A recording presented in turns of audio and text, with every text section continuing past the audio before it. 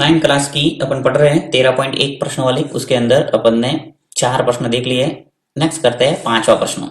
5वां प्रश्न आपके दे रखा है कि एक घनाकार डिब्बे का एक किनारा 10 सेंटीमीटर लंबाई का है तथा एक अन्य घनाभाकार डिब्बे की लंबाई, चौड़ाई और ऊंचाई क्रमशः दे रखी है 12.5, 10 सेंटीमीटर और 8 सेंटीमीटर। यानी क्या हुआ, एक तो घनाकार है और एक घनाभाकार है, यानी एक घनाभ है और एक घन है। ठीक है, उनकी सब लंबाइयां दे रखी है।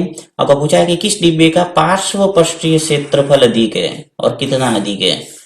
दूसरा प्रश्न पूछा है कि किस डिब्बे का कुल पृष्ठीय क्षेत्रफल कम है और कितना कम है। कुल मिला के आपको यहाँ पे 2 प्रश्न पूछे हैं कि एक तो पार्श्व पृष्ठीय क्षेत्रफल निकालना है और एक कुल पृष्ठीय क्षेत्रफल निकालना है, और दोनों के लिए, घन के लिए भी और घनाभ के लिए भी। तो चलिए यहाँ निकाल देते हैं।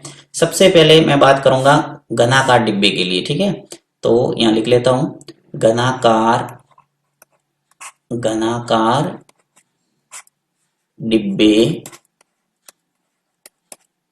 के लिए।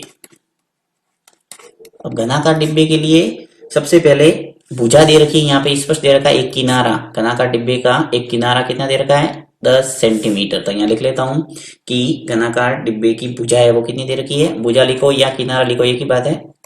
आपको भुजा दे रखी है कितनी, 10 सेंटीमीटर। तो इसका मैं पार्श्व पृष्ठीय क्षेत्रफल निकाल देता हूं। पार्श्व पृष्ठीय क्षेत्रफल, अब देखिए एक तो होता है कुल पृष्ठीय क्षेत्रफल, एक होता है पार्श्व पृष्ठीय क्षेत्रफल। पार्श्व पृष्ठीय क्षेत्रफल के अंदर ध्यान रखना है जो घनाभ का ऊपर और नीचे वाला जो भाग होता है, जैसे ये घनाभ है, सॉरी यहाँ घन की बात हो रही है तो घन बना देता हूं। पार्श्व पृष्ठीय क्षेत्रफल दोनों के लिए वही होगा। यहाँ मैं घनाभ बना देता हूं, ये घनाभ है मान लो।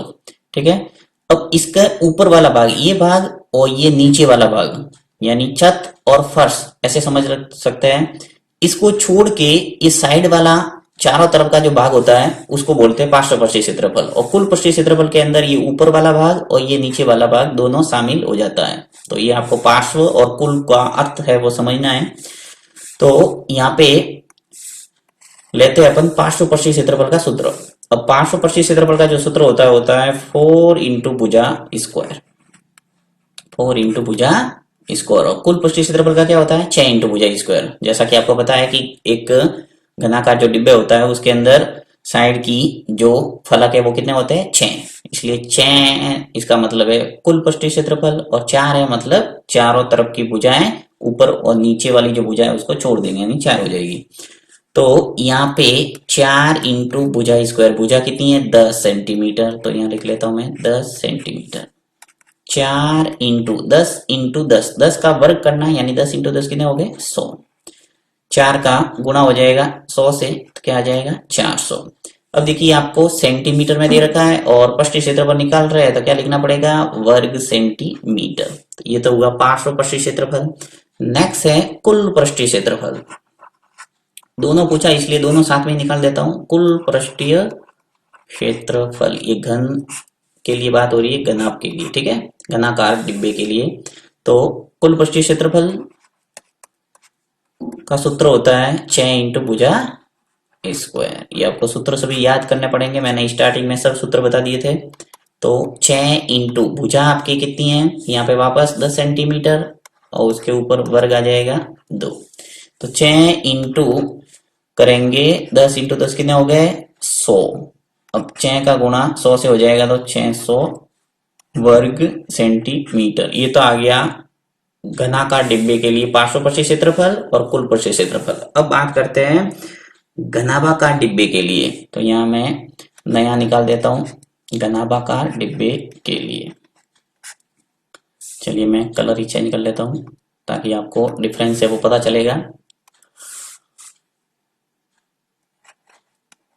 घनाभाकार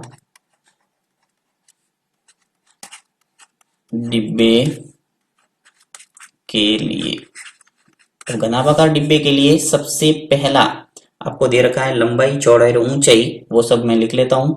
तो यहाँ लंबाई कितनी दे रखी है, लंबाई कितनी है देखिए, सबसे पहले दे रखी है 12.5, तो लंबाई लिख लूंगा मैं 12.5 सेंटीमीटर। फिर दे रखी है आपको चौड़ाई, तो चौड़ाई लिख लेते हैं। चौड़ाई आ जाएगी आपके पास 10 सेंटीमीटर और ऊंचाई, ऊंचाई है 8 सेंटीमीटर। तो लंबाई, चौड़ाई और ऊंचाई लिख ली। अब इजीली अपन घनाभ के जो डिब्बे हैं घनाभाकार, उसकी पार्श्व क्षेत्रफल और कुल पृष्ठीय क्षेत्रफल निकाल सकते हैं। तो यहां मैं निकाल देता हूं पार्श्व पृष्ठीय क्षेत्रफल। पार्श्व पृष्ठीय क्षेत्रफल और पार्श्व पृष्ठीय क्षेत्रफल के लिए इसका जो सूत्र होता है 2 इंटू लंबाई प्लस चौड़ाई इंटू ऊंचाई। ऐसे समझ सकते हैं कमरे की जो 4 दीवारों वाला क्षेत्रफल होता है वही यहाँ सूत्र लगेगा, 2 इंटू लंबाई प्लस चौड़ाई इंटू ऊंचाई। आप हिंदी में भी लिख सकते हैं ऐसे, लंबाई प्लस चौड़ाई इंटू ऊंचाई। तो 2 इंटू लंबाई और चौड़ाई को जोड़ दो, लंबाई कितनी दे रखी है 12.5 प्लस चौड़ाई कितनी दे रखी है 10 इंटू ऊंचाई, ऊंचाई है 8। अब इसको सबको गुणा कर देंगे, देखिए 2 इंटू 12.5 और 10 इसको जोड़ेंगे तो कितना आएगा 22.5, 22.5 इंटू 8 गुणा कर दो, 2 इंटू 22.5 इंटू 8 इन सब का गुणा करेंगे तो आएगा आपके 360 वर्ग सेंटीमीटर, 360। और ये सेंटीमीटर में दे रखा है इसलिए वर्ग सेंटीमीटर लिखना पड़ेगा। क्षेत्रफल में हमेशा ध्यान रखना है इकाई होती है वो वर्ग सेंटीमीटर। फिर कुल पृष्ठीय क्षेत्रफल निकाल देता है इसी प्रकार, कुल पृष्ठीय क्षेत्रफल, कुल पृष्ठीय क्षेत्रफल कितना हो जाएगा। अब यहाँ पे सूत्र है वो कुल पृष्ठीय क्षेत्रफल का 2 इंटू लंबाई इंटू चौड़ाई b h plus b h l b plus b h plus h l, लंबाई इंटू चौड़ाई प्लस चौड़ाई इंटू ऊंचाई प्लस ऊंचाई इंटू लंबाई। अब सबका मान रख लेंगे, देखिए लंबाई इंटू चौड़ाई करना, लंबाई कितनी दे रखी है 12.5, तो यहाँ 12.5 का गुणा कर देंगे बी से, बी कितनी चौड़ाई दे रखी है 10, फिर प्लस चौड़ाई इंटू ऊंचाई, तो चौड़ाई दे रखी है 10 इंटू ऊंचाई है वो कितनी है 8 है, फिर प्लस ऊंचाई इंटू लंबाई, ऊंचाई कितनी दे रखी है 8 इंटू लंबाई कितनी है 12.5। इन सब का गुणा कर देंगे तो आपके आ जाएगा कुल पृष्ठीय क्षेत्रफल। तो देखिए 2 यहाँ 12.5 इंटू 10 कर देते हैं, तो 12.5 का गुणा 10 से करेंगे तो क्या आएगा 125, फिर प्लस 10 का गुणा 8 से करेंगे तो 80, फिर प्लस 8 का गुणा 12.5 से होगा तो आ जाएगा आपके 100। अब यहाँ पे 2 इंटू इन सबको जोड़ दो, 125 प्लस 80 प्लस 100 कितने हो गए, इन सबको जोड़ेंगे तो 305, 305 आ जाएगा। अर्थात 305 का गुणा जब 2 से होगा तो क्या आ जाएगा आपके 610, 610 वर्ग सेंटीमीटर।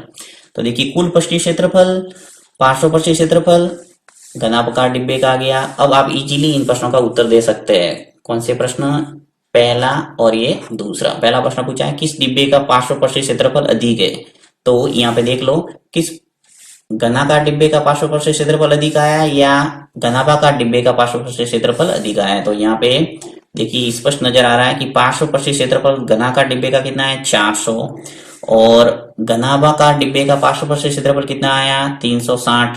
तो स्पष्ट है कि घनाकार डिब्बे का पार्श्व पृष्ठीय क्षेत्रफल अधिक है। और कितना अधिक है, देखिए ये 360 है और ये 400 यानी कि 40 वर्ग सेंटीमीटर है वो अधिक है।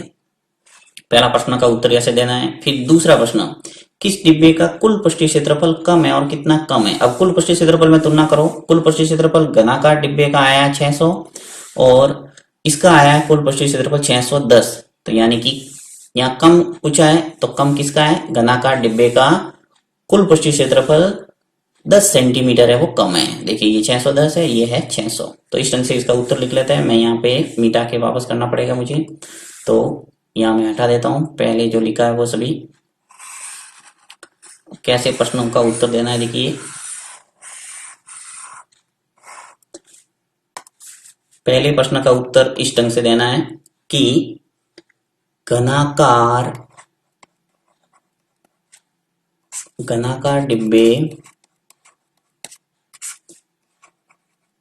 डिब्बे का पार्श्व पृष्ठीय